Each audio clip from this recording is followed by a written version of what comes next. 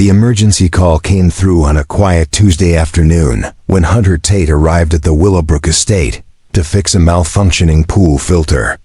What he found instead was a woman floating face down in the crystal blue water, her designer dress billowing around her like a dark cloud.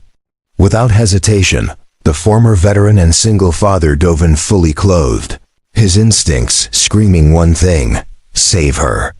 He dragged her lifeless body to the pool deck, performed CPR until she gasped back to life, and waited with her until paramedics arrived.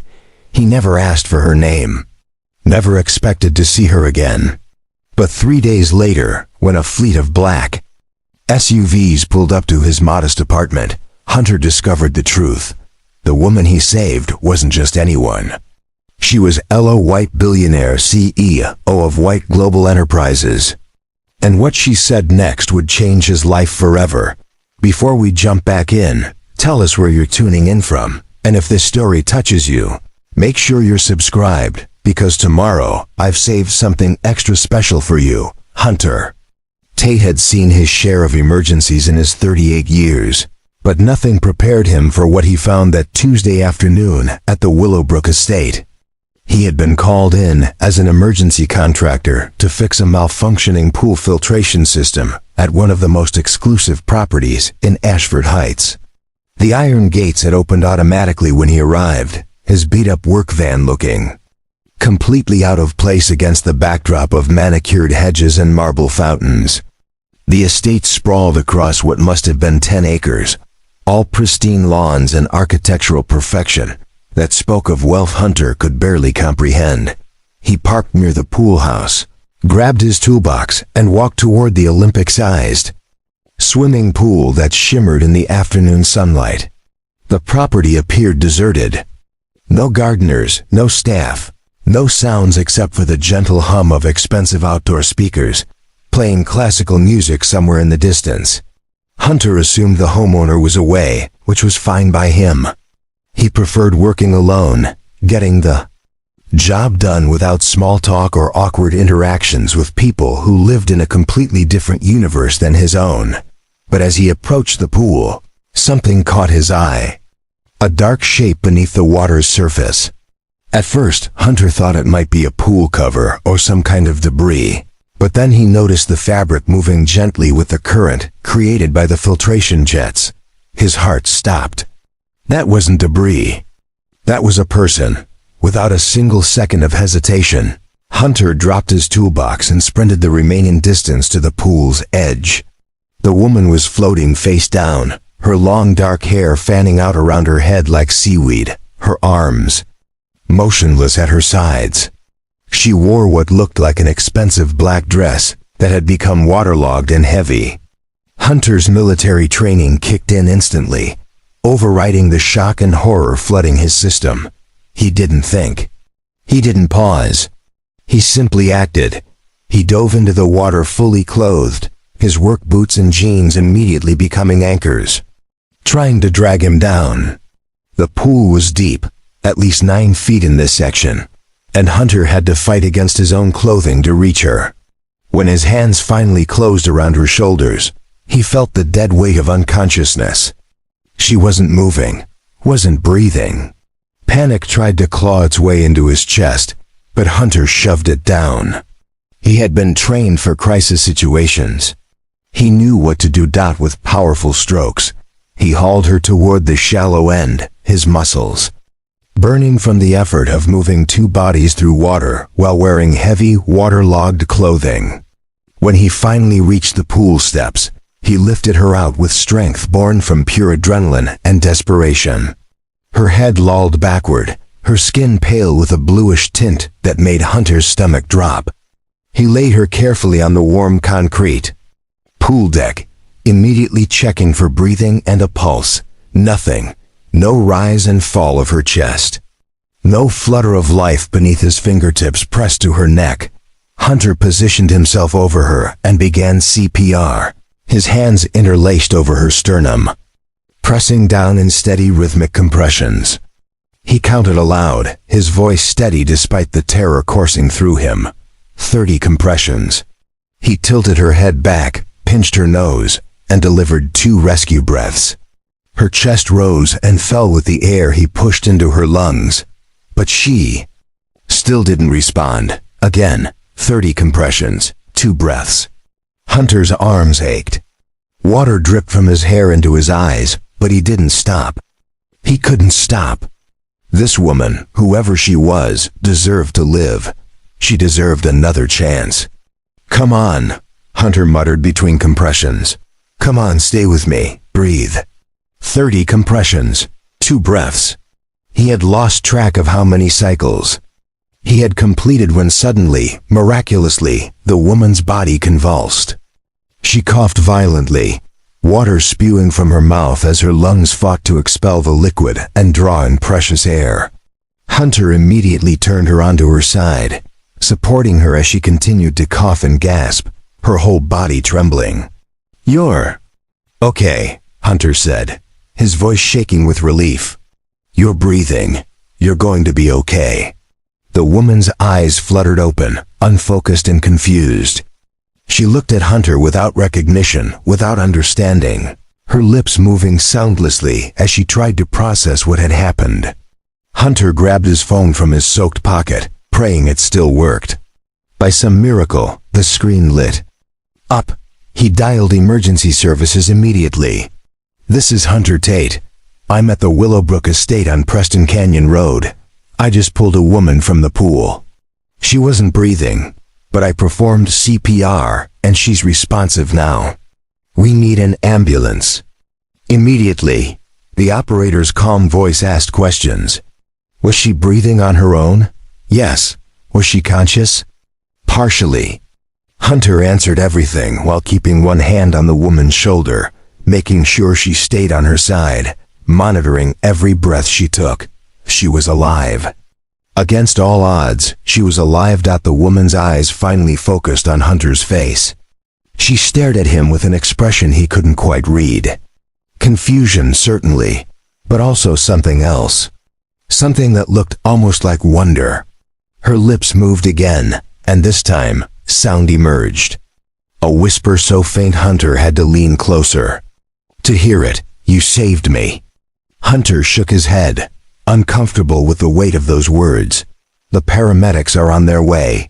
Just stay still. Don't try to move yet." But the woman continued to stare at him with those intense, searching eyes. Even in her vulnerable state, soaked and trembling on the pool deck, there was something powerful about her presence.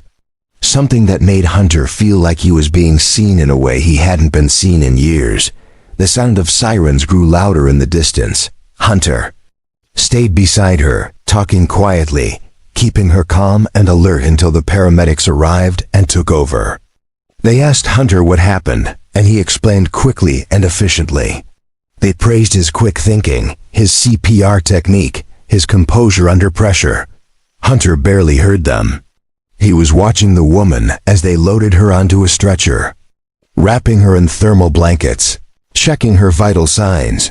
Just before they wheeled her toward the ambulance, she turned her head and locked eyes with Hunter one more time. Her lips moved, forming words he couldn't hear over the commotion, but he saw the gratitude there. The profound, overwhelming gratitude. Then she was gone, loaded into the ambulance and rushed away with sirens wailing. Hunter stood alone beside the pool, dripping wet, shaking from adrenaline crash, staring at the space where she had been. He didn't even know her name. He assumed he never would. In his experience, the wealthy lived in their world, and people like him lived in theirs. Their paths crossed only briefly, only when necessity demanded it. Hunter gathered his toolbox, left a note about the pool filter issue with his contact information for the estate manager, and drove home in his soaked clothes. He thought that would be the end of it. Just another emergency, another crisis averted, another day in a life that had taught him to expect nothing and hope for even less. He had no idea that everything was about to change. Preparing and narrating this story took us a lot of time, so if you are enjoying it, subscribe to our channel. It means a lot to us. Now back to the story. Hunter Tate's apartment, was a modest 2-bedroom unit in the Maplewood Gardens complex, a working-class neighborhood on the opposite side of Ashford Heights from estates like Willowbrook. The paint was chipping on the exterior walls, the parking lot had more potholes than pavement, and the sound of the nearby highway provided constant white noise through thin windows. But it was home. More importantly, it was affordable on the inconsistent income Hunter scraped together from his handyman and contracting work. The transition from military service to civilian life had been harder than Hunter ever anticipated. He had served with distinction, earned commendations, learned skills that were supposed to translate into stable employment. But the reality was far messier than the recruitment promises. The discipline and structure that made him an excellent service member didn't automatically translate into corporate success.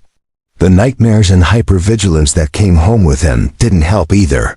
Still, Hunter might have managed. He might have found his footing eventually. But then Sarah got sick. His wife's diagnosis came just 18 months after his discharge. Aggressive, fast-moving, the kind of diagnosis that came with timelines measured in months, not years. Hunter had watched the strongest woman he had ever known fade away despite every treatment, every prayer, every desperate hope. She died on a Tuesday morning in spring, leaving Hunter alone with their 6-year-old son, Jamie. That was 4 years ago. 4 years of Hunter rebuilding a life from rubble, of learning to be both mother and father to a boy who asked heartbreaking questions about why mommy wasn't coming back. 4 years of working multiple jobs, of choosing between fixing the car or buying Jamie new shoes, of lying awake at night wondering if he was doing enough, being enough. The morning after pulling the woman from the pool, Hunter woke at 5:30. As usual, his body ached from the physical exertion and adrenaline crash of the previous day. His work clothes were still damp, hanging over the shower rod. He had managed to salvage his phone, but his boots were probably ruined. Another expense he couldn't really afford. He made coffee in the kitchen while mentally calculating his finances. The Willowbrook job had been an emergency call, which meant premium rates. That money would help cover Jamie's upcoming school field trip and maybe, just maybe, allow Hunter to fix the check engine light that had been glowing in his van for 3 weeks. Every dollar had a destination before it even hit his account. At 6:15, Hunter knocked gently on Jamie's bedroom door before opening it. His son was still asleep, curled up under blankets covered in dinosaurs, his dark hair messy against the pillow. Hunter's chest tightened with the fierce, overwhelming love that hit him every single morning. This boy was his entire world. Every sacrifice, every struggle, every moment of bone-deep exhaustion was worth it for Jamie. "Hey buddy," Hunter said softly, sitting on the edge of the bed. "Time to wake up." Jamie groaned and burrowed deeper into his blankets, which made Hunter smile. The kid was not a morning person, a trait he definitely inherited from Sarah. Hunter gave him a gentle shake. "Come on, we've got blueberry pancakes if you get up now." That did the trick. Jamie's eyes opened, still heavy with sleep but interested. "Really? Really?" Hunter confirmed. "But only if you're dressed and at the table in 10 minutes. Jamie scrambled out of bed, suddenly full of energy. Hunter headed back to the kitchen and started mixing pancake batter from scratch. It was cheaper than the boxed stuff, and he had gotten pretty good at it over the years. Sarah had been the cook in the family, but Hunter had learned out of necessity. He had learned a lot of things out of necessity. They ate breakfast together at the small kitchen table, Jamie chattering about an upcoming science project while Hunter listened and asked questions. These morning moments were sacred to Hunter. No matter how exhausted he was, no matter how worried about money or work or the future, he never rushed these breakfasts.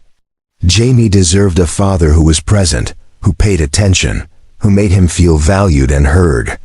After breakfast, Hunter packed Jamie's lunch, made sure his homework was in his backpack, and walked him to the bus stop 2 blocks away. Other parents were there, mostly mothers who gave Hunter polite smiles, but rarely engaged in conversation. Hunter didn't mind. He wasn't looking for community or connection. He was just trying to survive each day and give Jamie the best life possible. The school bus arrived right on time. Hunter ruffled Jamie's hair, reminded him to listen to his teacher, and watched the bus pull away. Then he walked back to the apartment alone, the silence settling around him like a familiar weight. Hunter spent the rest of the morning fixing a leaking faucet for Mrs. Chun in the apartment below his, refusing payment because she was elderly and on a fixed income. Then he drove across town to install new cabinet hardware for the Richardsons, a job that paid decent money but required patience as Mrs. Richardson changed her mind 3 times about placement. Hunter remained calm and professional throughout, even as his back ached and his mind drifted to the woman in the pool. He wondered if she was okay, if she had recovered fully, if she even remembered what happened, or if the oxygen deprivation had created gaps in her memory. He hoped she was surrounded by family and friends, getting the care and support she needed. Then he pushed the thoughts away. It wasn't his business. He had done what any decent person would do. That was enough. By the time Hunter picked Jamie up from school that afternoon, he had almost convinced himself that the Willowbrook incident was behind him. Just another day, another emergency, already fading into the collection of experiences that made up his complicated life. He had no idea that at that exact moment, a team of private investigators was compiling a comprehensive report about Hunter Tate, his background, his service record, his family situation, his current employment, every detail of his life being examined by people he had never met, on orders from the woman whose life he had saved. Hunter Tate was about to discover that some actions, no matter how selfless or unremarkable they seem in the moment, create ripples that change everything. And the wave heading toward his ordinary life was about to crash with a force that would sweep away every assumption he had about his place in the world. Judge Judy stood up from her chair. She walked down from the bench, something she rarely did during proceedings. The cameras followed her every movement as she approached Tristan's podium. "Mr. Boyd," she said, her voice controlled but intense. "I need you to tell me everything, from the beginning. And I need the complete truth." Tristan nodded. He closed the sketchpad for a moment, gathering himself. Then he began. "My mother and I moved into Mr. Malone's building 11 months ago. She'd just gotten a job as a medical assistant at a clinic in Sherman Oaks. We needed a place close to her work. Mr. Malone's building was affordable. The apartment was small but clean. It seemed perfect." Judge Judy listened, her arms crossed. "Mom worked long shifts, sometimes 12, 14 hours. I'm homeschooled, so I was in the apartment a lot by myself, studying, drawing, just living my life." Tristan's voice wavered. "About 2 months after we moved in, I started noticing weird things, small things, like items in my room would be moved slightly, or I'd come home and feel like someone had been there, but I couldn't prove anything." "Did you tell your mother?" Judge Judy asked. "I tried, but she was so stressed about money, about keeping her job, about making rent. I didn't want to add to her worries, so I told myself I was being paranoid." Victor Malone shifted uncomfortably at his podium. His lawyer, who'd been silent until now, leaned over to whisper something, but Victor waved him away. Tristan continued. "Then, about 6 months ago, my mom started getting strange messages, anonymous texts, emails from accounts that didn't have real names. They knew things about her, personal things. Things she'd only talked about inside our apartment. What she was worried about, what she was planning. Private conversations we'd had." Judge Judy's eyes narrowed. "What kind of things?" "Medical things, Your Honor. Mom had been diagnosed with a condition. Nothing life-threatening, but private, personal, and these messages referenced it." They knew details that only she and I had. Discussed, in our living room, with the door locked. The courtroom was absolutely still. Everyone understood what this meant. Someone had been listening, watching, violating the most basic privacy two people should have in their own home. My mom started falling apart, Tristan said, his voice thick with emotion now.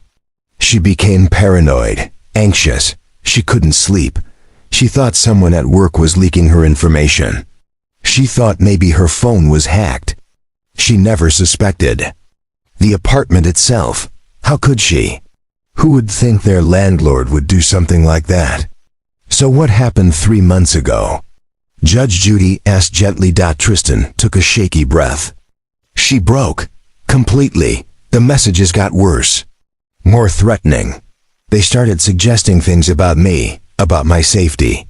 Saying that if she didn't do certain things, something bad might happen to her son. She was terrified. She couldn't think straight anymore.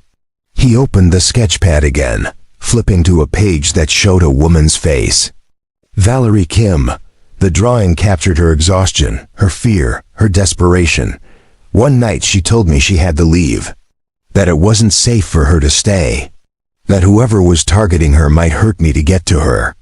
I begged her to go to the police. But she said they wouldn't believe her. She said she had no proof, no evidence, just paranoia and fear. And she left you alone? Judge Judy's tone was carefully neutral. She didn't want to, Your Honor. She thought she was protecting me. She thought if she disappeared, whoever was tormenting her would follow her and leave me alone. She left me money. Enough for a few months of rent and food. She told me to stay in the apartment, finish my schooling online, and she'd come back. When it was safe, Tristan's hands were shaking now. But I knew something was wrong. Really wrong. So the next day, I started looking, really looking. And that's when I found the first camera. Judge Judy turned to face Victor Malone. Mr. Malone, you've been very quiet during all of this. Victor's face was red, his jaw tight. Because it's all nonsense, Your Honor. This young man and his mother are clearly unstable. I'm the victim here. I have an apartment that's been destroyed and rent that hasn't been paid. We'll get to that, Judge Judy said coldly. She turned back to Tristan. What happened after you found the cameras? I realized everything, Tristan said. The messages my mom received. The things they knew. It all made sense. Mr. Malone had been watching us, listening to us. He knew everything about our lives because he'd been surveilling us the entire time. But why? Judge Judy asked. Why would he target your mother specifically? Tristan flipped to another page. Another drawing. This one showed a document. A lease agreement. And highlighted in the drawing was a specific clause. Because my mother was exactly the kind of tenant he wanted. Single woman, working long hours. A teenage son at home alone most of the day. Vulnerable. Isolated. No family nearby. No support system. Judge Judy studied the drawing. What am I looking at? The lease agreement, Your Honor. Standard lease. But there's a clause buried in the fine print. It says the landlord reserves the right to enter the premises for maintenance and safety inspections without prior notice. My mom signed it because she was desperate for a place to live.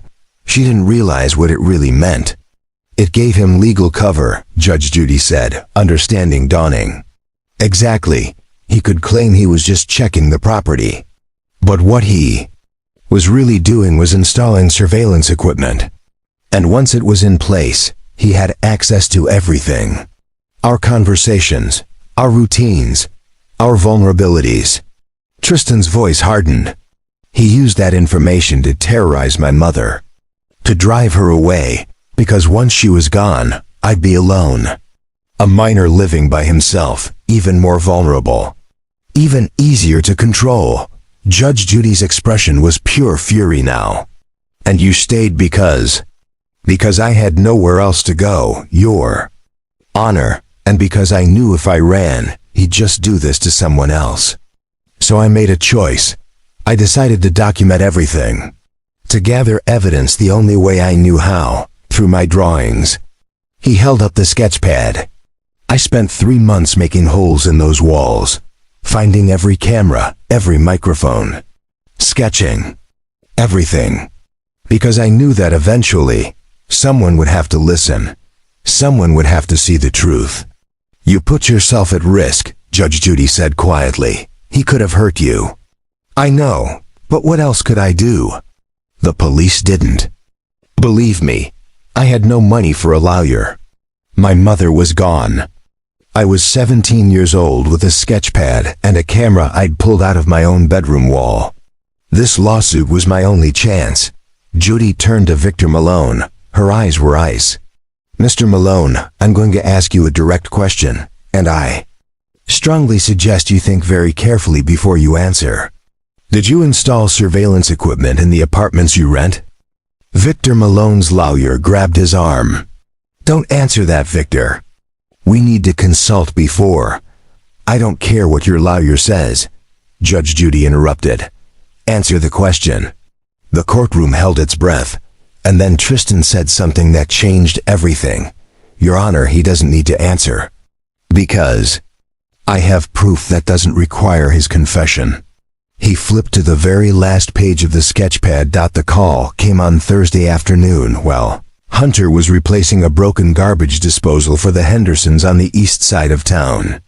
His phone buzzed in his pocket, displaying an unknown number with a local area code.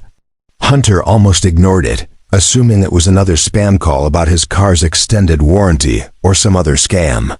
But something made him wipe his greasy hands. On his work jeans, an answer. Hunter Tate, he said, tucking the phone between his shoulder and ear while reaching for a wrench.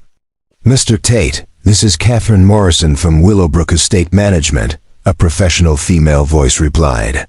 I'm calling regarding the incident that occurred at the property on Tuesday.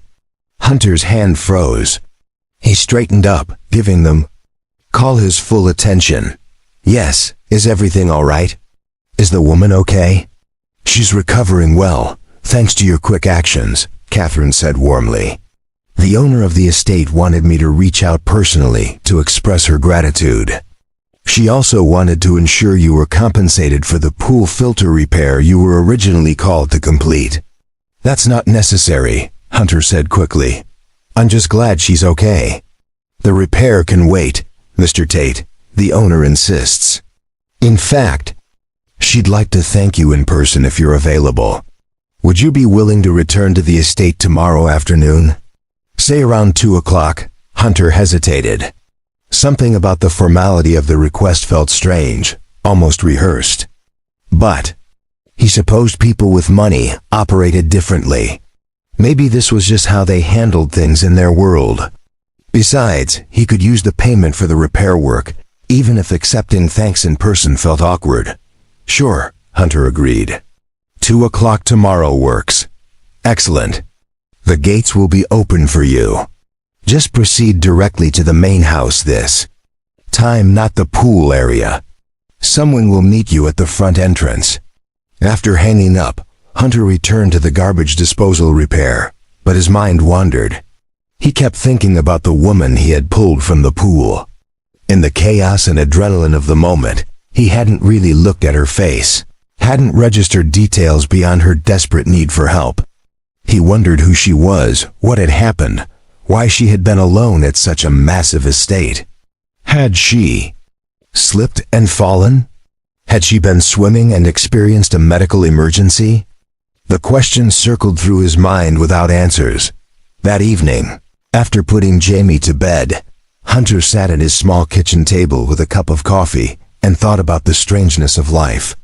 4 years ago, he had been drowning in his own way, suffocating under the weight of grief and responsibility and fear. He had felt like he was going under, like the current was too strong and he would never reach the surface again.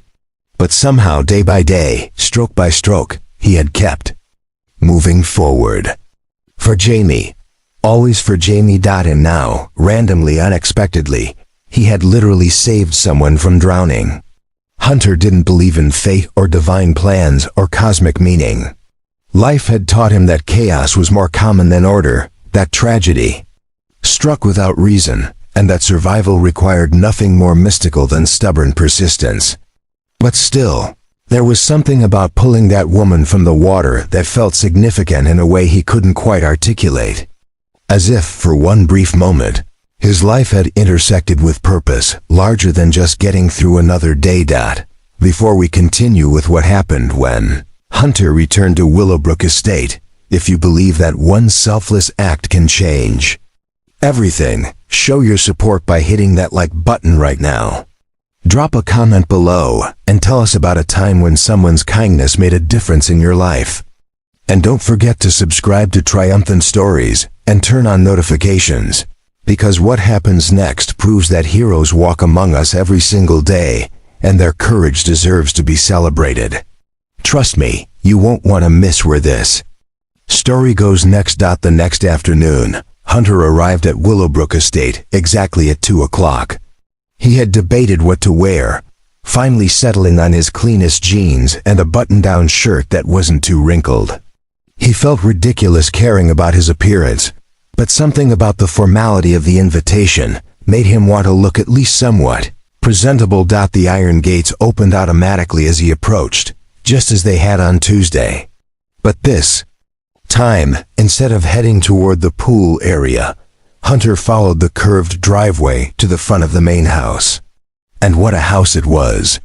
Hunter had seen it from a distance during the emergency, but up close, the architecture was even more impressive. It was a modern masterpiece of glass and stone, all clean lines and expensive materials, probably worth more than Hunter would earn in 10 lifetimes. A woman in professional business attire waited at the massive front door. She smiled warmly as Hunter parked his van and walked toward her. "Mr. Tate, welcome. I'm Catherine Morrison. We spoke on the phone. Thank you so much for coming." "Of course," Hunter replied, shaking her extended hand. "How is she doing?" "The woman from the pool?" Catherine's smile grew even warmer, though something flickered in her eyes that Hunter couldn't quite read. "Why? Don't you come inside and ask her yourself?" Hunter followed Catherine through an entrance hall that looked like something from an architecture magazine. High ceilings, original artwork on the walls, furniture that was probably worth more than his entire apartment's contents combined. His work boots felt too loud against the polished floors. He tried to walk carefully, hyper-aware of not touching anything or leaving scuff marks. Catherine led him through several rooms, before arriving at what appeared to be a private study or office. Floor-to-ceiling windows overlooked the pool where Hunter had performed CPR just days earlier. Behind an elegant desk made of dark wood sat the woman he had saved, but she looked completely different from the half-drowned, unconscious person he remembered. She was composed, professional, radiating the kind of quiet authority that came from years of wielding power. She wore a cream-colored blouse, and her dark hair was pulled back in a sleek style. When she looked up and her eyes met Hunter's, recognition and something deeper passed between them. "Mr. Tate," she said, standing and walking around the desk. "I'm Ella White. I believe we've met before, though the circumstances were less than ideal." Hunter's mouth went dry. Ella White. The name was familiar, though he couldn't immediately place why. "I'm glad to see you're okay," he managed. "You gave me quite a scare." "A scare?" "I gave myself quite a scare," Ella replied with a slight smile. "I'm told I wasn't breathing when you pulled me out. That you performed CPR for several minutes before I responded." "Training," Hunter said simply. "Anyone would have done the same." "No," Ella said firmly. "Not anyone. Most people would have panicked, called for help and waited, or not known what to do. You acted immediately and decisively. You saved my life, Mr. Tate, and I wanted to thank you properly." Hunter stood in Ella White's study feeling completely out of place, like a smudge on an otherwise perfect painting. The woman before him exuded elegance and confidence, Every inch of her presence carefully cultivated over years of operating in a world he could barely imagine. Yet when she looked at him, there was something vulnerable in her eyes, something raw that reminded him of those desperate moments beside the pool when she had gasped back to life in his arms. "I appreciate you saying that," Hunter said carefully. "But honestly, I was just doing what anyone with basic training would do. I'm glad I was there at the right time." Ella studied him with an intensity that made Hunter uncomfortable. It wasn't hostile or judgmental, but rather deeply curious, as if she was trying to understand something about him that even he didn't fully grasp about himself. "May I ask you something personal, Mr. Tate?" Ella gestured toward two leather chairs, positioned near the windows. "Please sit." Hunter sat awkwardly, his work-worn jeans contrasting sharply with the expensive furniture. Ella settled into the chair across from him with practiced grace. "Catherine mentioned you're a contractor, and handyman," Ella continued. "Is that what you've always done?" Hunter shook his head. "No, I served in the military for 8 years before transitioning to civilian work. The handyman business is more recent, just the last few years. And you have a son, correct?" Hunter's protective instincts flared immediately. "Yes, Jamie, he's 10. Why are you asking about my family?" Lulu raised her hands in a peaceful gesture. "I'm sorry, I don't mean to pry. It's just that when someone saves your life, you become curious about who they are. What kind of person risks themselves without hesitation for a complete stranger?" Hunter relaxed slightly but remained guarded. "I have training in emergency response. When I saw you in the pool, I didn't think about it. I just acted. That's what the training does. It overrides fear and doubt." "But training doesn't create character," Ella countered gently. "Training provides skills, but choosing to use those skills, especially when there's risk involved, that comes from something deeper." Hunter didn't know how to respond to that. He had never thought of himself as particularly brave or noble. He was just a guy trying to get through life, trying to raise his son right, trying to keep his head above water financially and emotionally. The fact that he had pulled someone from an actual pool felt almost ironic, given how often he felt like he was drowning in his own circumstances. "Mr. Tate," Ella said, leaning forward slightly, her expression sincere, "I want to compensate you for what you did. Not just for the pool repair, but for saving my life. Please, name an amount." Hunter's jaw tightened.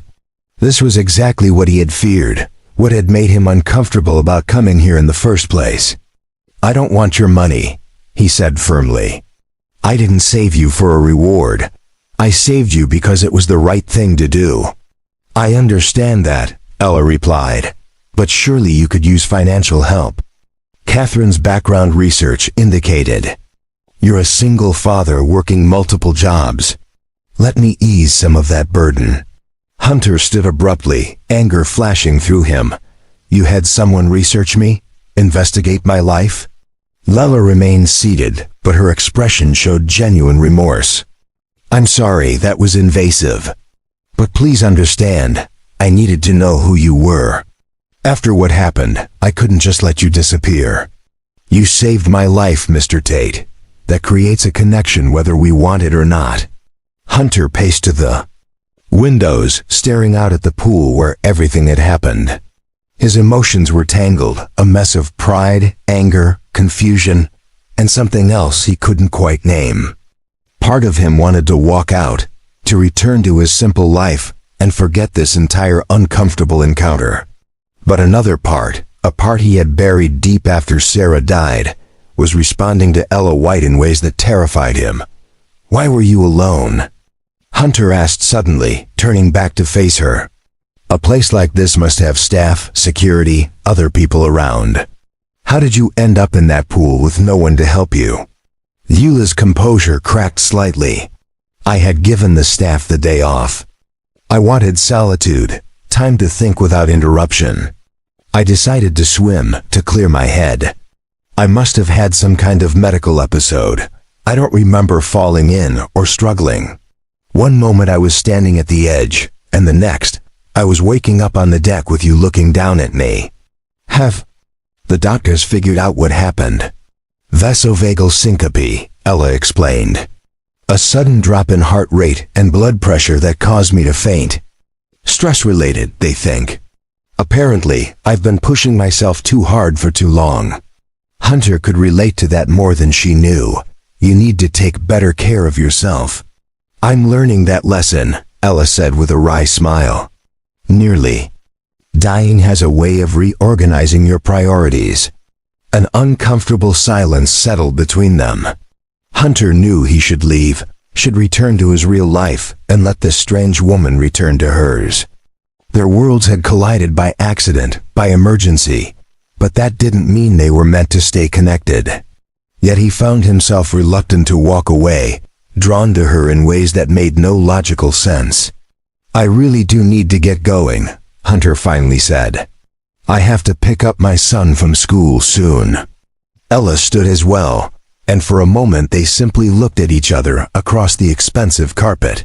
Two people from completely different universes who had shared an extraordinary moment neither would forget.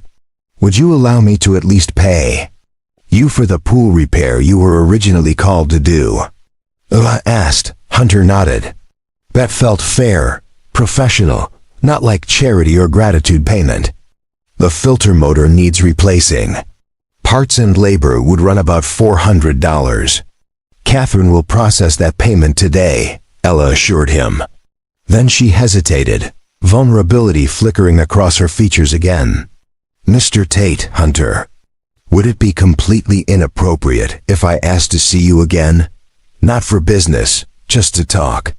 Every rational part of Hunter's brain screamed at him to say no, to maintain boundaries, to protect himself and Jamie from complications they didn't need. But the part of him that had been lonely for 4 years, the part that had forgotten what it felt like to connect with another adult on any meaningful level, that part whispered something different.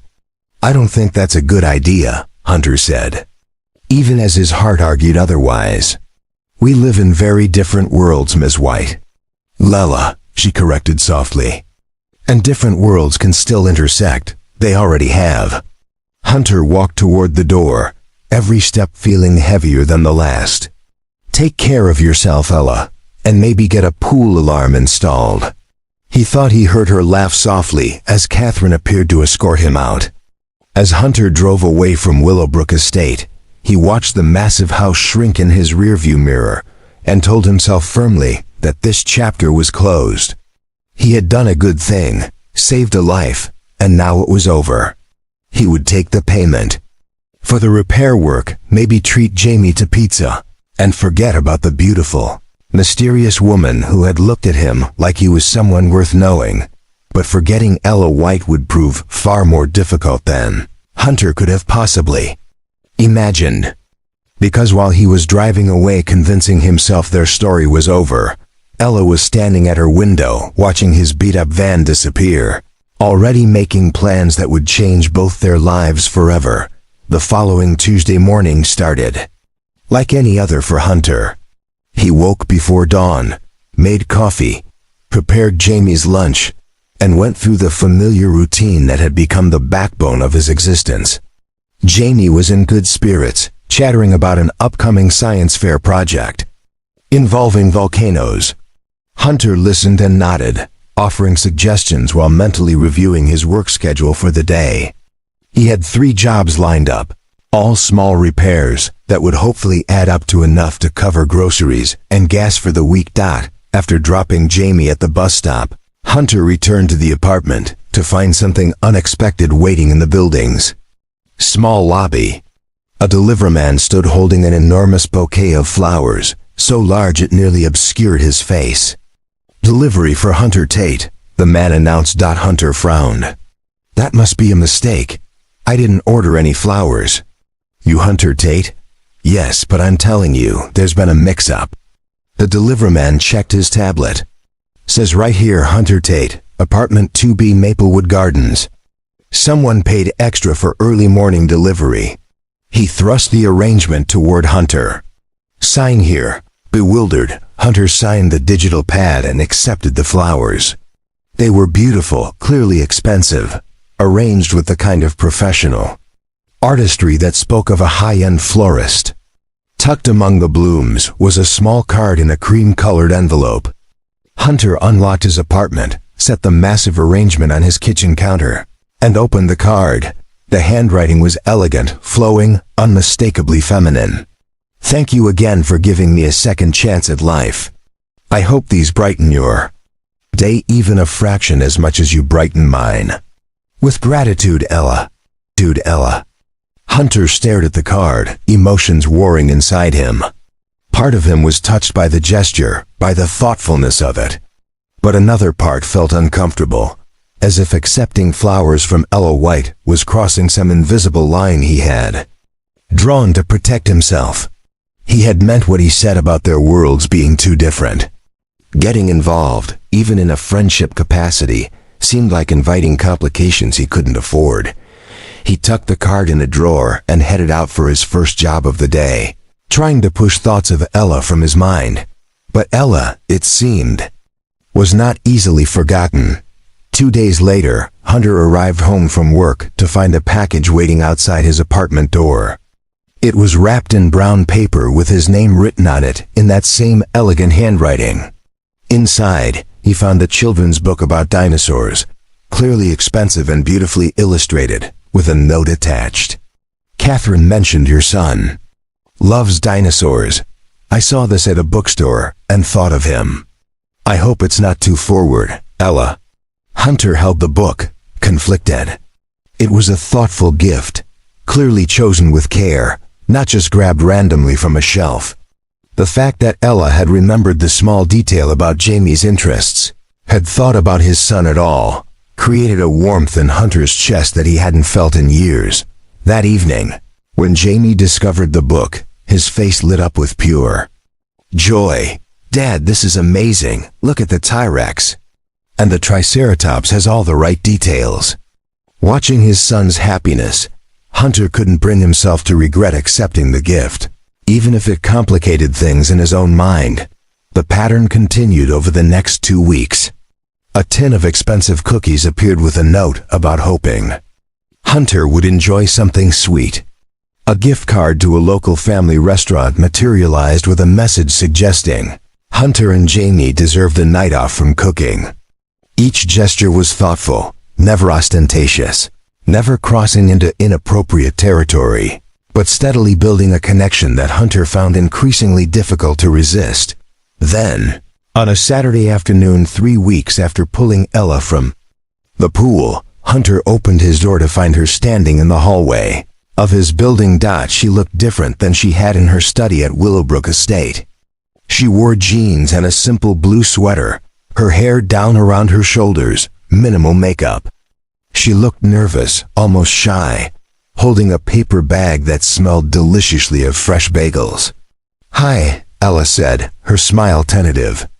"I know I should have called first, but I was afraid you'd say no. I brought breakfast, and an apology for being so persistent." Hunter stood in his doorway, completely blindsided. In the background, he could hear Jamie playing video games in his room. The apartment was a mess, toys scattered across the floor, dishes in the sink, all the evidence of their modest, chaotic life on full display. "Ella, what are you doing here?" Hunter asked, not unkindly, but with genuine confusion. "Being brave," she replied. "Something you inspired me to be." Before Hunter could respond, Jamie appeared behind him, curious about the visitor. "Dad, who's that?" Ella's eyes went to Jamie, and her expression softened with such genuine warmth that Hunter felt something shift inside him. "Hi there," she said to Jamie. "I'm Ella. You must be the dinosaur expert your dad told me about." Jamie's eyes widened. "You know about dinosaurs?" "I'm learning," Ella admitted. "Maybe you could teach me some things?" And just like that, with simple kindness and authentic interest, Ella White stepped into Hunter Tate's world in a way that would prove impossible to undo. Jamie, starved for adult attention beyond his father, lit up like a Christmas tree, launching into an enthusiastic explanation of different dinosaur species. Ella listened with genuine interest, asking questions, laughing at Jamie's jokes. Hunter watched the interaction, his defenses crumbling. He had been prepared to resist Ella's wealth, her status, her completely different lifestyle. But he hadn't been prepared for this, for her sitting cross-legged on his worn carpet, eating bagels with his son, fitting into their small world as if she had always belonged there.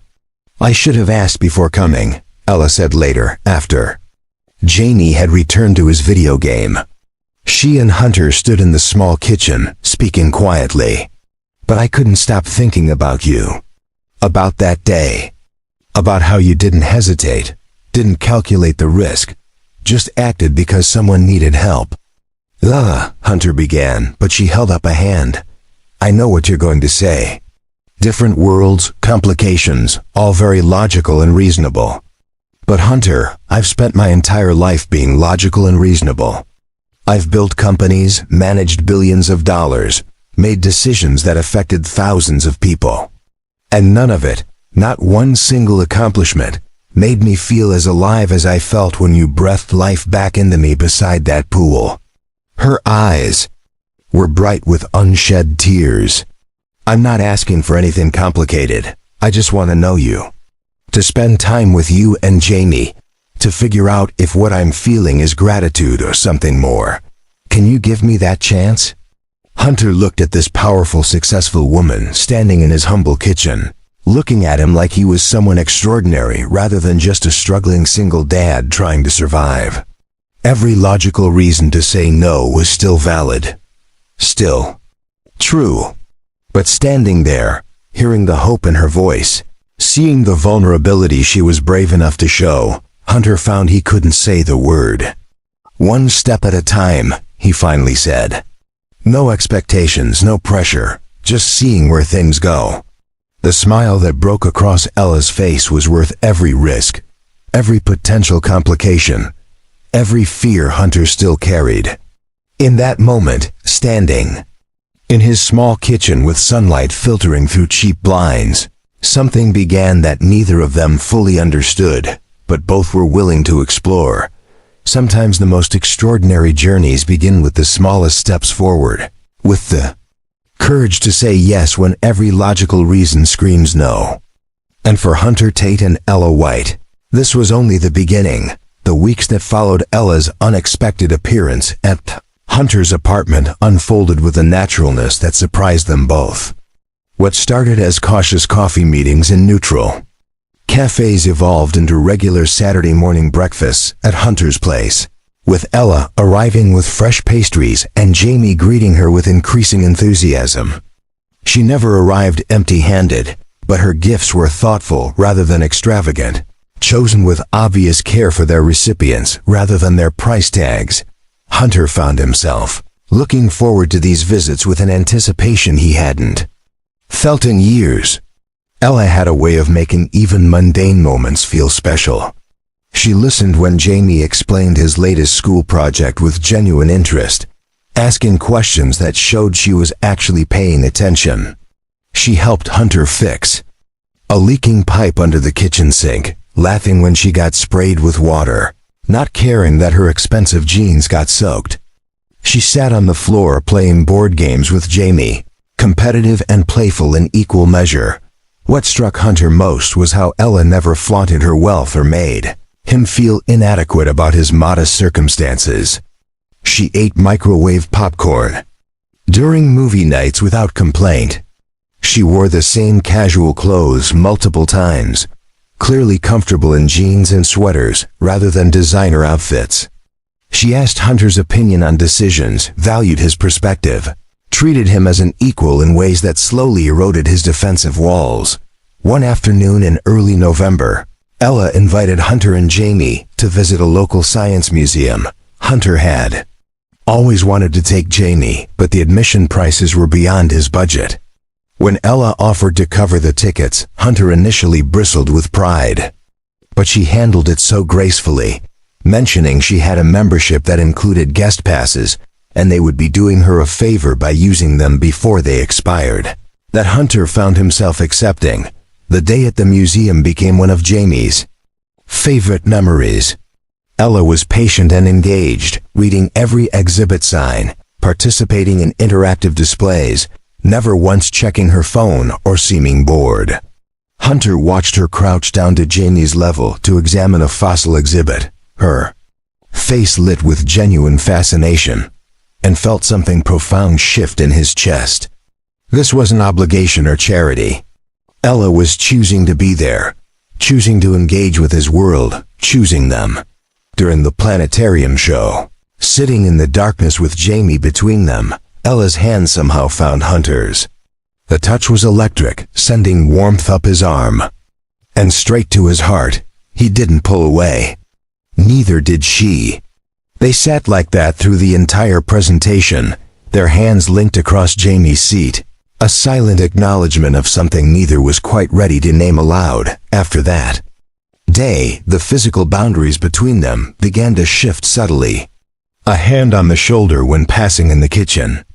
Ella tucking a strand of hair behind her ear while Hunter talked, her eyes never leaving his face. Hunter finding excuses to stand closer when they cooked together. Small touches that felt monumental, loaded with possibility and restrained desire. The first time Ella stayed for dinner on a weeknight, Hunter cooked spaghetti with homemade sauce, a recipe Sarah had taught him years ago. He felt nervous presenting such a simple meal to someone who probably dined at five-star restaurants regularly. But Ella ate with obvious enjoyment, complimenting the flavors, asking about the recipe, making Hunter feel like a master chef rather than a struggling single dad heating jarred sauce with added spices. After dinner, while Jamie did homework at the kitchen table, Hunter and Ella washed dishes together. The domestic simplicity of the moment, the easy rhythm they had developed, felt more intimate than any fancy date could have been. Ella handed him plates to dry, their fingers brushing with each transfer, and Hunter realized with startling clarity that he was falling for her. Not for her money or status or the escape she might represent from his struggles, but for her.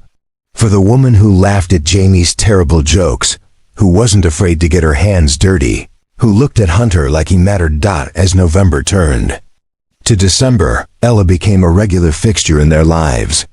She attended Jamie's school winter concert, sitting beside Hunter in the crowded gymnasium, clapping enthusiastically for Jamie's brief recorder solo. She helped Hunter shop for Christmas presents, offering suggestions that fit his budget while making sure Jamie would love them. She invited them to a holiday light display at Ashford Botanical Gardens, a magical evening of illuminated paths and hot chocolate that Jamie talked about for weeks. Hunter's neighbors began to notice and comment. Mrs. Chun from downstairs made knowing remarks about the elegant woman who visited so regularly.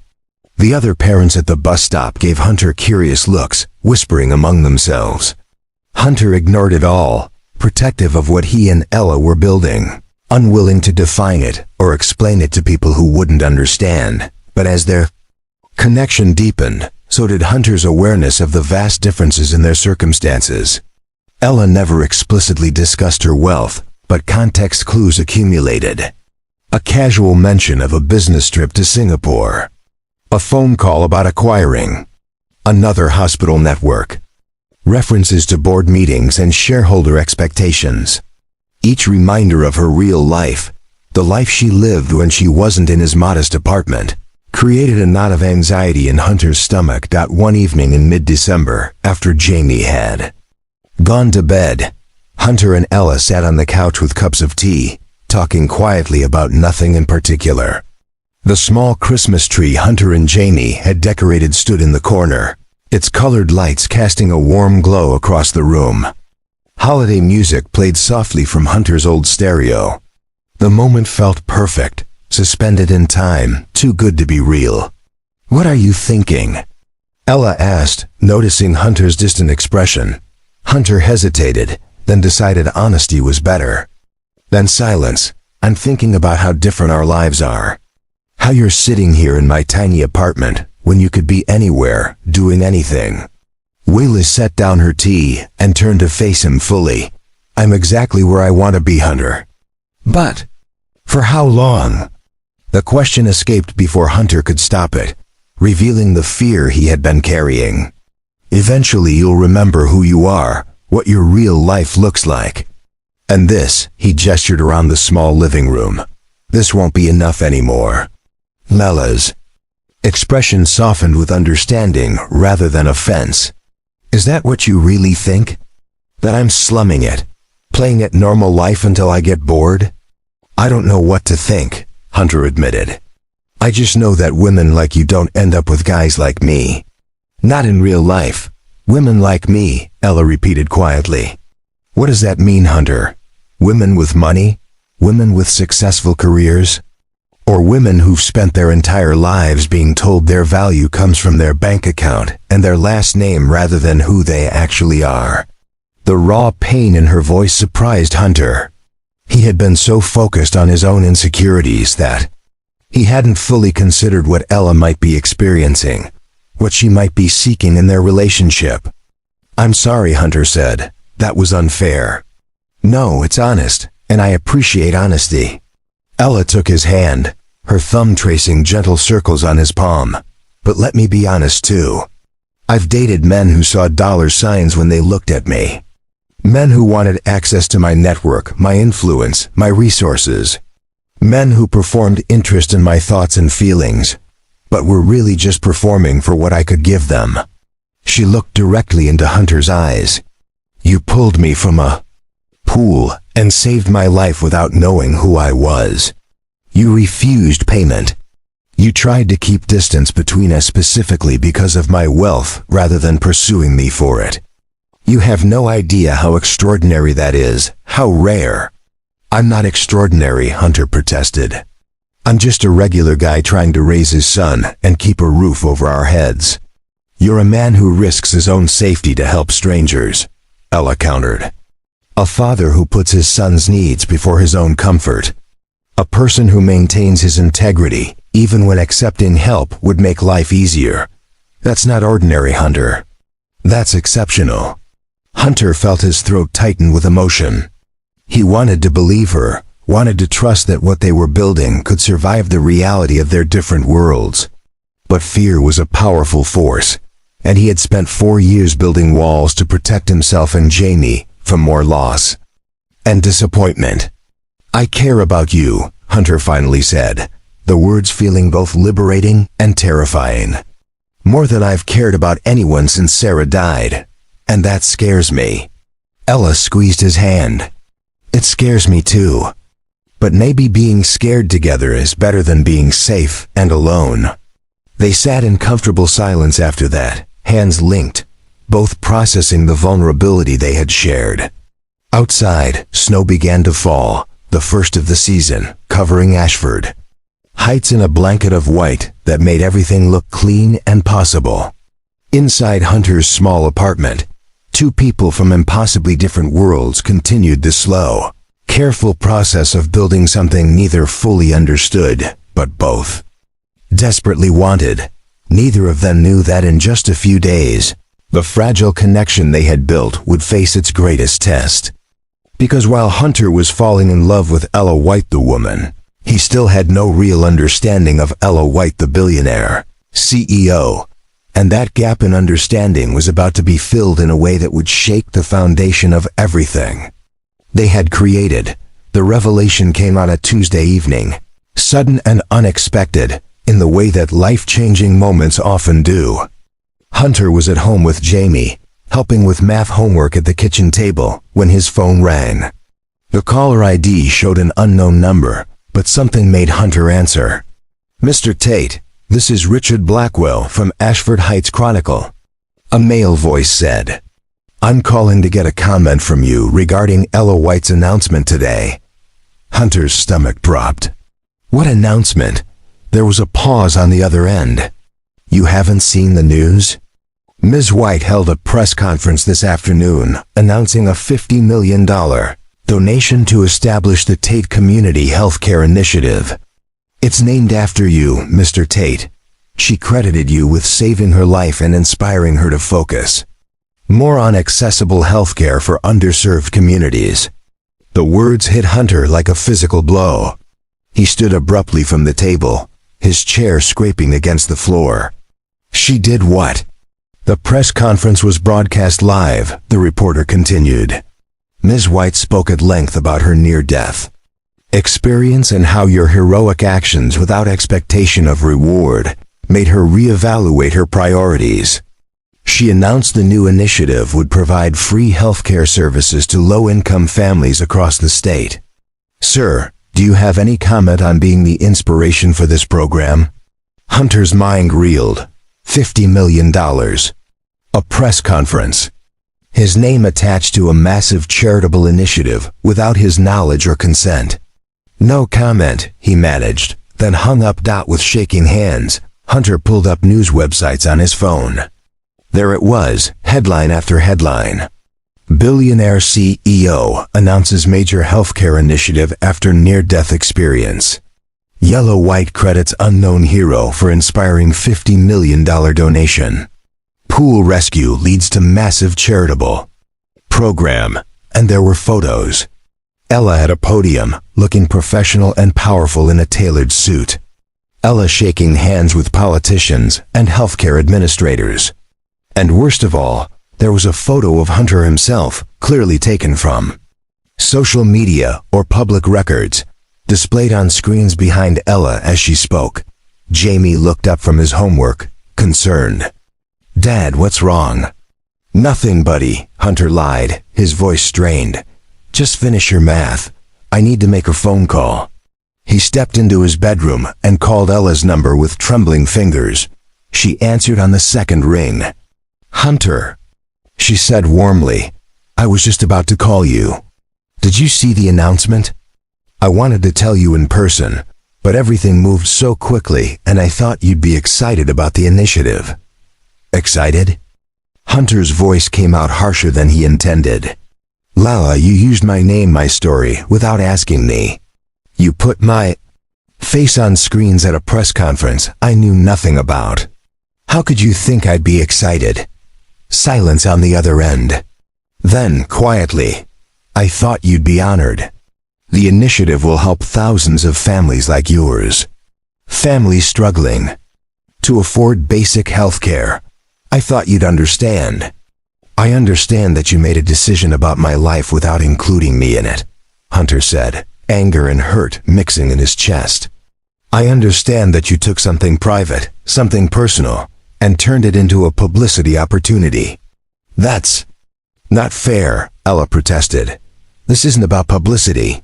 This is about using my resources to make a real difference, inspired by your selflessness. My selflessness? Hunter laughed bitterly. I pulled you from a pool, Ella. I didn't ask to become the face of your charitable redemption arc. I didn't agree to have my privacy invaded and my name plastered across news sites. Hunter, please.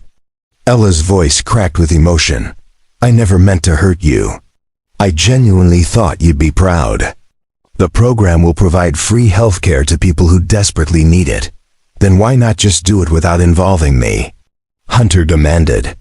Why not create the program, announce it, help people without turning me into some kind of inspirational symbol? Unless that's what I've been all along, a good story. The humble handyman who saved the billionaire. Perfect for your image rehabilitation. How can you say that? Ella sounded genuinely wounded.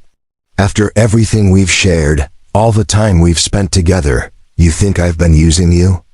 I don't know what to think anymore, Hunter said, exhausted. I thought I knew you. I thought we were building something real. But this reminds me that you live in a completely different world with completely different rules. A world where you can make unilateral decisions that affect other people's lives and expect them to just be grateful. Hunter, listen to me, Ella said urgently. I made a mistake. I see that now. I should have consulted you, should have asked permission before using your name. But please don't let this destroy what we have. Come to Willowbrook Estate tonight. Let me explain everything. Properly, face to face. Hunter looked through his bedroom door at Jamie, still working on homework at the kitchen table, blissfully unaware of how their lives had just been thrust into public view. He thought about reporters potentially showing up at their apartment, at Jamie's school, asking questions and taking photos. He thought about the careful, quiet life he had built being disrupted by forces beyond his control. "I need time to think," Hunter said finally. "Don't call me for a while, I need space to figure out if we can actually work. Hunter, please don't do this. Let me fix it." But Hunter had already hung up. He sat on the edge of his bed, head in his hands, feeling like he was drowning all over again. Only this time, there was no one to pull him to safety. That night, after putting Jamie to bed, Hunter sat in his darkened living room and did something he rarely allowed himself to do. He Googled Ella White and read everything he could find. Her net worth, estimated at over $3 billion. Her position as CEO of White Global Enterprises, a multinational corporation with interests in healthcare, real estate, and technology.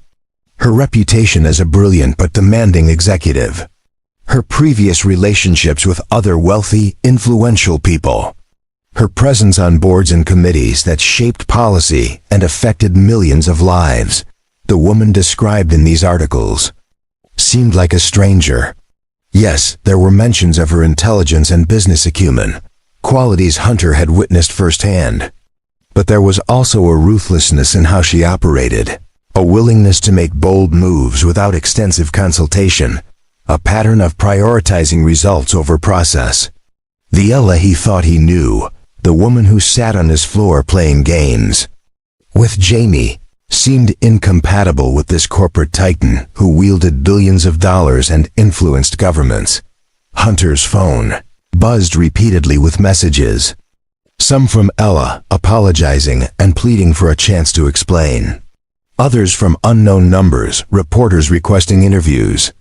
A few from acquaintances who had seen the news and wanted to know the full story. Hunter ignored them all.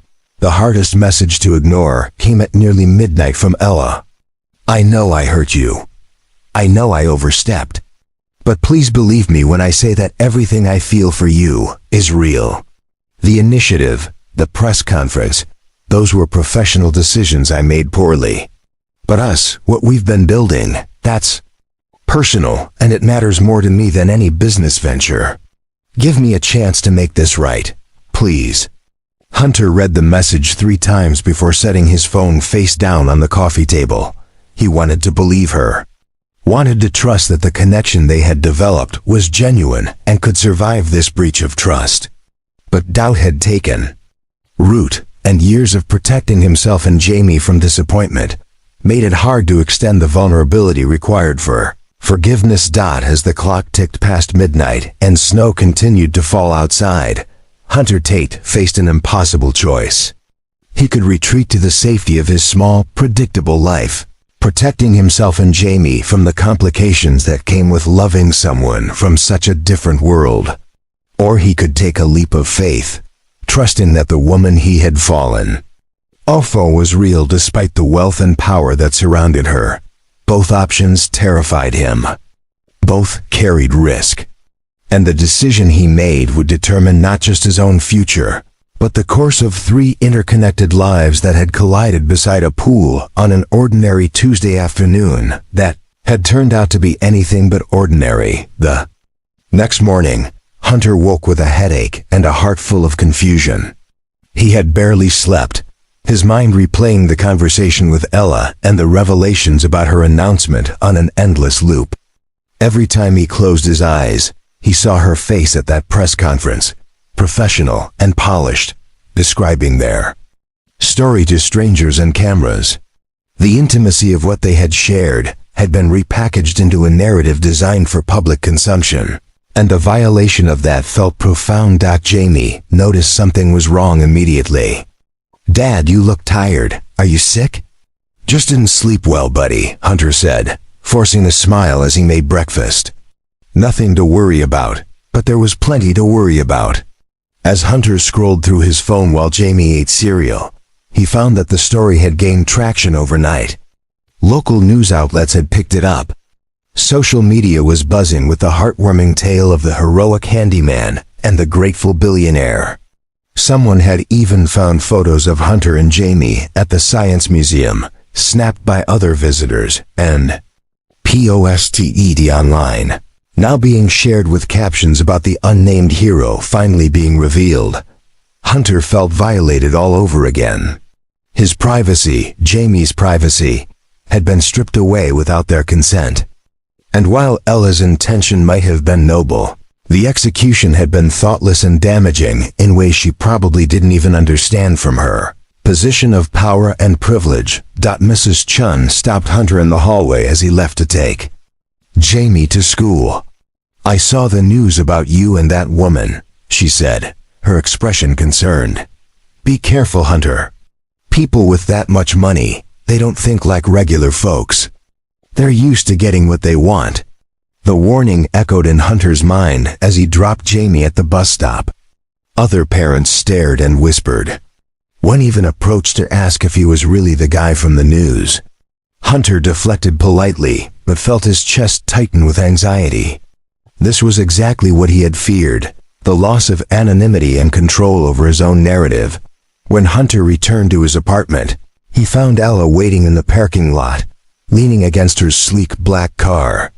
She looked different than he had ever seen her, tired and uncertain, her usual confidence replaced with visible apprehension.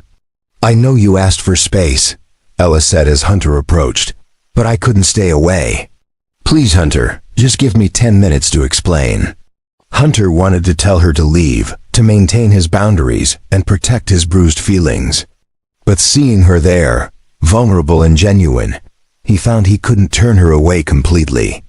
10 minutes, he agreed, unlocking his apartment door. Inside, they stood in the living room, the space feeling different now, charged with tension rather than the comfortable ease they had developed. Ella wrung her hands, a nervous gesture Hunter had never seen from her before. "I'm sorry," she began. "I'm truly, deeply sorry for not consulting you before the announcement. You're right that I should have asked permission before using your name or sharing your story. That was wrong, and there's no excuse for it. Then why did you do it?" Hunter asked, his voice weary. Ella took a deep breath. "Because in my world, in my professional life, I'm used to making decisions quickly and decisively. I saw an opportunity to create something meaningful, something inspired by your selflessness, and I acted on it without thinking about how it would affect you personally. I compartmentalized, treating it as a business decision when I should have recognized it was deeply personal." "That's the problem, Ella," Hunter said, sitting heavily on the couch. "You have the power to make decisions that change people's lives, including mine, and you did it without even asking. That's not a partnership. That's not equality. That's you operating from a position of power I'll never have." "You're right," Ella admitted, sitting carefully on the other end of the couch. "And I understand if that's a deal breaker for you. But Hunter, I need you to understand something. My entire life people have valued me for what I can provide, what I can give them, what I can do for them. You're the first person in years who has valued me for who I am rather than what I have." Her eyes glistened with unshed tears. "When I thought about the healthcare initiative, I genuinely wanted to honor what you did for me. Not just saving my life, but showing me that kindness without expectation still exists. I wanted to create something that reflected your values. I see now that I went about it completely wrong, but the intention was pure. Pure." Hunter felt his anger beginning to crack, sympathy seeping through despite his hurt. "I believe your intention was good. But impact matters more than intention, Ella. And the impact is that my private life is now public. Reporters are calling me. People are staring at my son. I didn't sign up for that." "I know, and I'm going to fix it," Ella said urgently. "I've already contacted my PR team.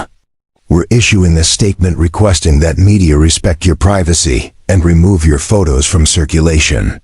I'll do whatever it takes to protect you and Jamie from unwanted attention." "Can you really fix it?" Hunter asked skeptically. "Once. Something is out there. Can you really put it back in the box? I can try, Ella said. I have resources and influence. I'll use every bit of it to shield you and Jamie, if you'll let me. They sat in silence for a long moment. Hunter wrestled with conflicting emotions, his heart and head engaged in fierce battle. He cared for Ella deeply, perhaps even loved her. But the revelation of how easily she could disrupt his life with her wealth and influence terrified him. I don't know if I can do this, Hunter finally said, his voice breaking. I don't know if I'm strong enough to be with someone whose world is so different from mine. Someone who can make decisions with consequences I can't control or escape. Lala moved closer, taking his hand gently. Then let me be strong enough for both of us while you figure it out. I'm not going anywhere, Hunter. I'll give you space if you need it, but I'm not walking away from what we have unless you explicitly tell me to. Hunter looked at their joined hands, remembering all the small moments they had shared. Ella laughing with Jamie, Ella helping with dishes, Ella sitting in the darkness of the planetarium, her fingers intertwined with his. Those moments had felt real, untouched by wealth or status or the complications of their different worlds. I need time, Hunter said quietly. Time to process this, to figure out if I can trust you with my heart and Jamie's well-being. Time to see if you can really understand what it means to be with someone who doesn't have the power or resources you have. Take all the time you need, Ella replied, squeezing his hand. I'll be here when you're ready. And Hunter, I promise you, I'm learning. This mistake taught me something crucial about how differently we experience the world. I won't make it again. After Ella left, Hunter sat alone in his apartment, feeling emotionally exhausted, but slightly less hopeless than before. She had listened, really listened, and acknowledged her mistakes without defensiveness. That meant something. But whether it meant enough to overcome the fundamental inequality in their circumstances remained an open question. The days that followed were difficult. Hunter threw himself into work, using physical labor to quiet his racing thoughts. Ella kept her distance but sent brief text messages letting him know she was thinking of him, never pressuring, always respectful of the space he had requested.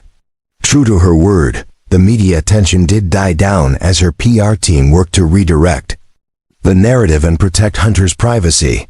Jamie asked about Ella several times, confused about why she had stopped visiting.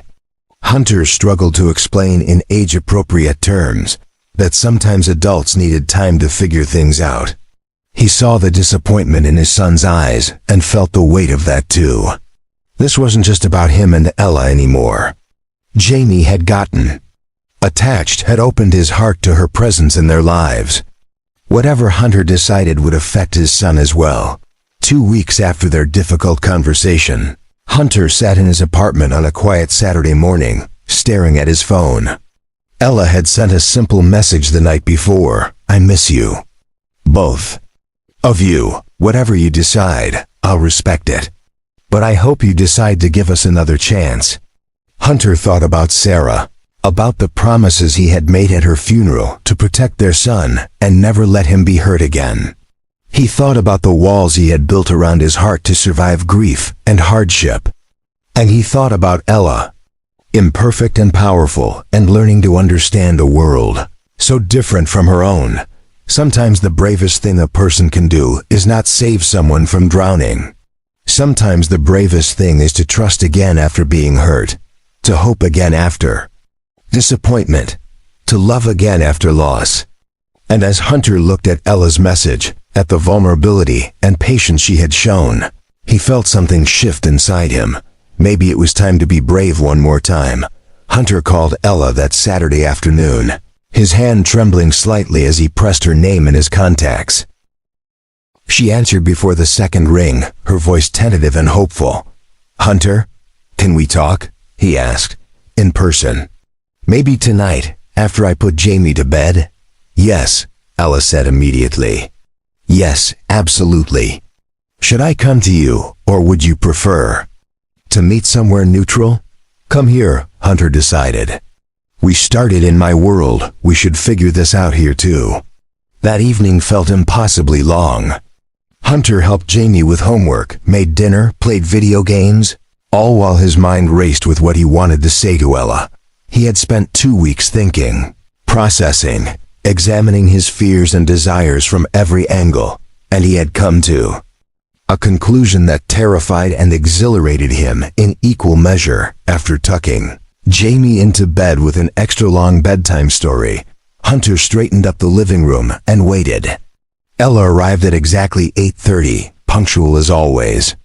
She wore jeans and a simple gray sweater, her hair pulled back in a ponytail, no makeup. She looked beautiful and nervous, and so genuinely vulnerable, that Hunter felt his carefully prepared speech evaporate. "Hi," Ella said softly, standing in the doorway. "Hi," Hunter replied. "Come in." They sat on the couch, a careful distance between them, the air heavy with unspoken words and fragile hope. Hunter noticed Ella's hands were shaking slightly, mirroring his own nervous energy.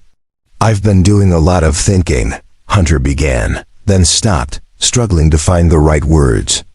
"About us, about what happened, about whether this can work." Ella nodded, her eyes locked on his face with desperate attention. And I'm scared," Hunter admitted. "I'm terrified of getting hurt again, of opening my heart and having it broken.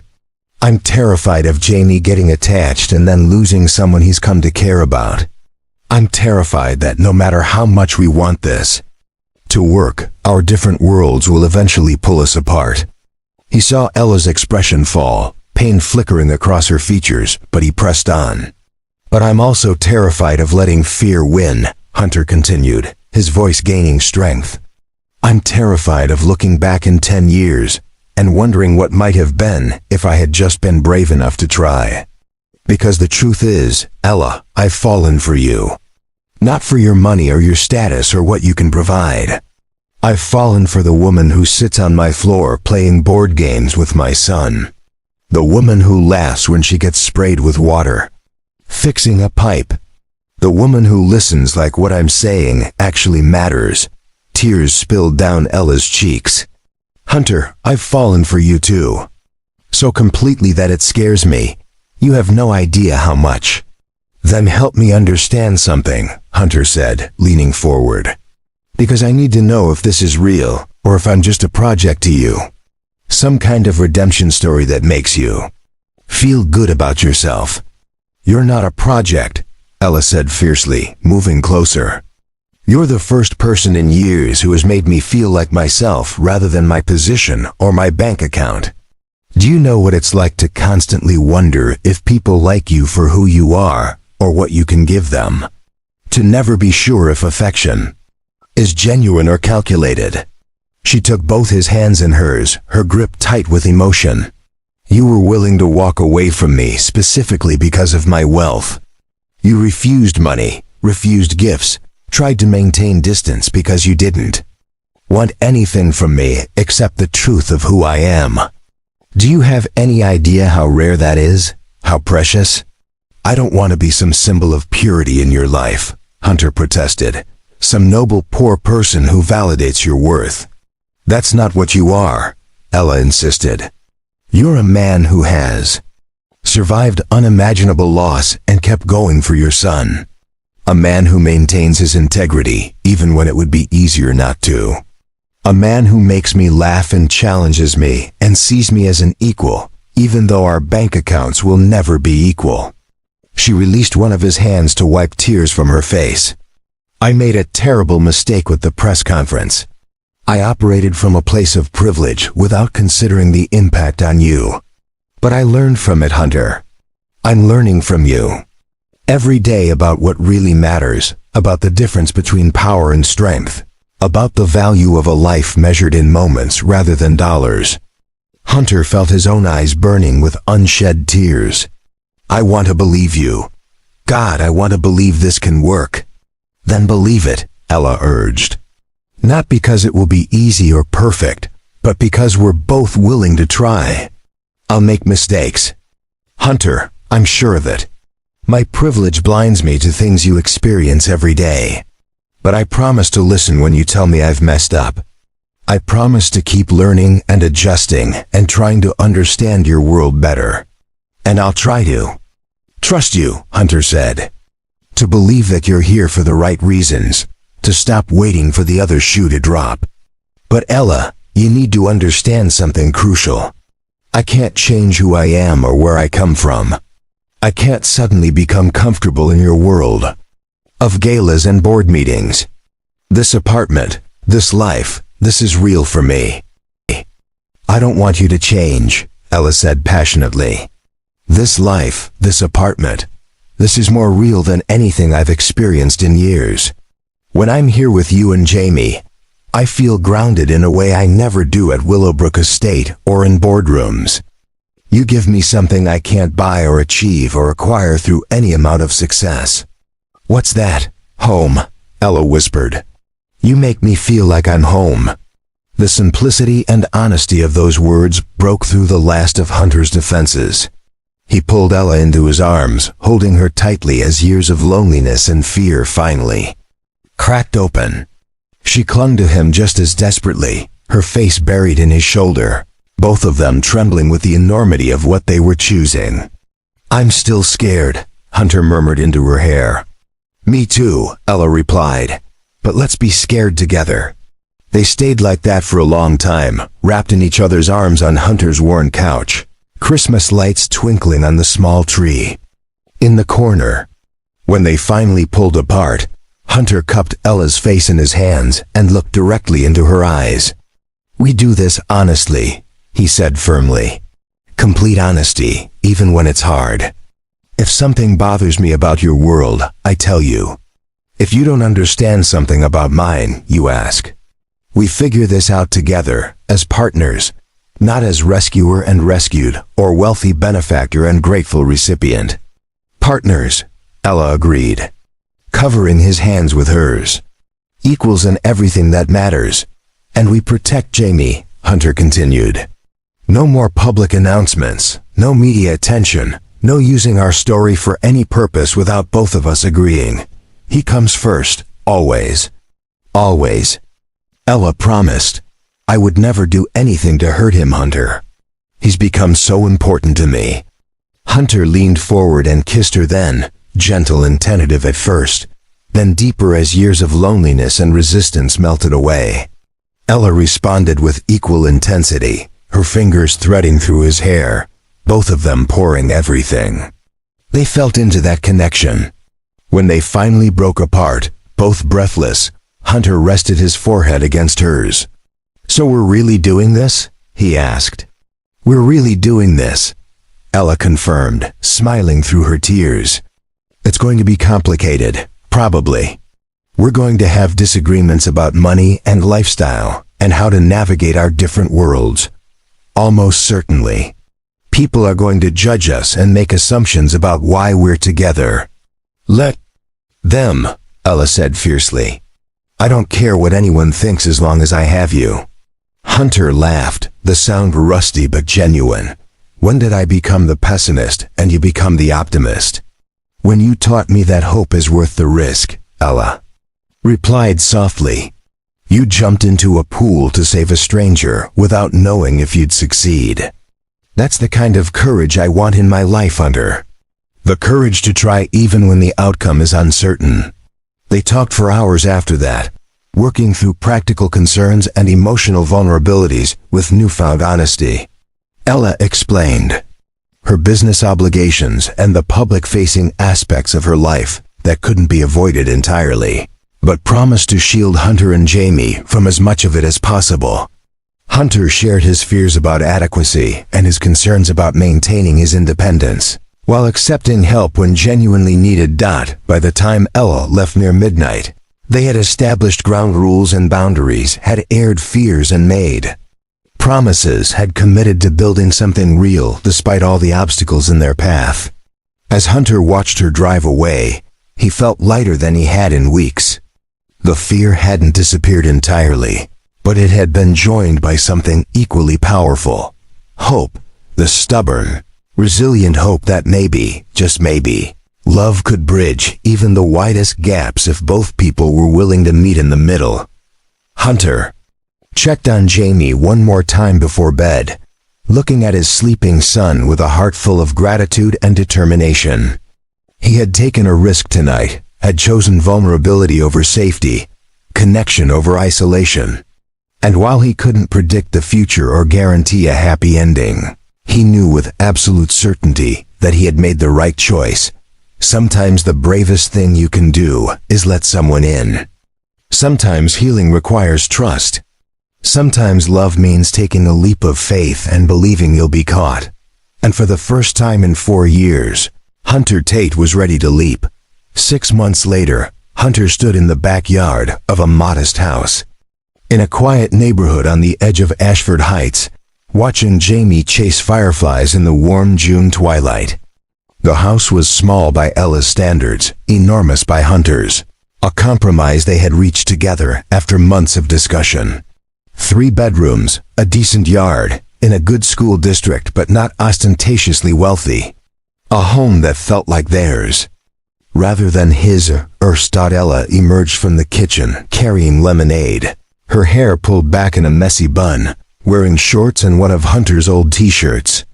She looked relaxed and happy in a way that made Hunter's chest tighten with affection. She handed him a glass and slipped her arm around his waist, both of them watching Jamie's joyful pursuit of the glowing insects. "He's so happy here," Ella murmured. "We all are," Hunter replied, kissing the top of her head. The journey to this moment had not been smooth or simple. There had been arguments about money when Ella wanted to pay for things Hunter insisted on handling himself. There had been uncomfortable moments at events Ella had to attend where Hunter felt completely out of place among her wealthy peers. There had been scheduling conflicts between Ella's business obligations and family time that required constant negotiation. But there had also been breakthroughs and beautiful moments.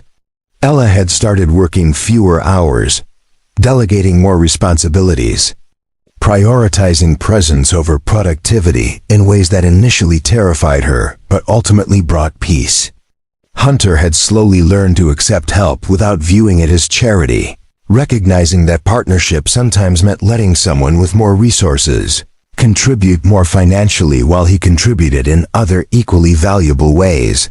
The Tate Community Healthcare Initiative had launched successfully, but this time with Hunter's full involvement and consent. He served on the advisory board, providing perspective from people who actually used these services.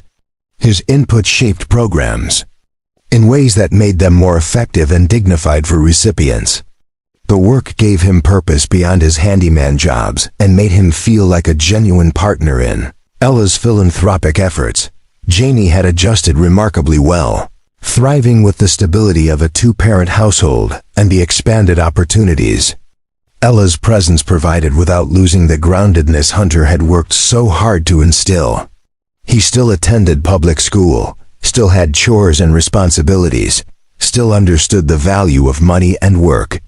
But he also had access to experiences and resources that enriched his life in meaningful ways. "I was thinking," Ella said, watching Jamie catch a firefly and examine it carefully before releasing it. "Maybe we could take a vacation this summer. Just the 3 of us. Somewhere Jamie would love." "He's been talking nonstop about dinosaur fossils," Hunter mentioned. "There's a dig site in Montana that offers family programs." "Perfect," Ella said, pulling out her phone to make notes. "I'll have Catherine research options. Nothing too fancy, somewhere hands-on and educational." Hunter smiled at how naturally she had adapted to their different approach to life. A year ago, Ella might have suggested a luxury resort or international destination. Now she thought in terms of what would matter to Jamie, what would create meaningful memories rather than expensive ones. "You've changed," Hunter observed. "We both have," Ella replied. "You're more open, less defensive. I'm more grounded, more present. We're better together than we were separately." It was true. Hunter had softened in ways he hadn't realized were possible, allowing himself to accept love and support without constant suspicion of motives. The walls he had built to survive grief had come down gradually, revealing the person he used to be before loss had hardened him. And Ella had discovered that her identity extended beyond her business success, that she could find fulfillment in quiet evenings at home and simple gestures of care rather than only in boardroom victories. As darkness fell and they called Jamie inside for bed, Hunter reflected on the improbable journey that had led them here. A random Tuesday afternoon, a pool emergency, a split-second decision to dive in without hesitation. That single moment had cascaded into something neither of them could have predicted, changing the trajectory of 3 lives in profound ways. After tucking Jamie in together, a ritual they had developed that Jamie insisted on every night, Hunter and Ella sat on the back porch with glasses of wine, enjoying the summer breeze and comfortable silence that comes from genuine companionship. "You ever think about that day?" Ella asked. "About what would have happened if you hadn't been there?" "Sometimes," Hunter admitted. "But more often I think about what would have happened if you hadn't come back, if we hadn't taken the risk of trying." "Scared?" Ella teased gently, echoing their conversation from months ago.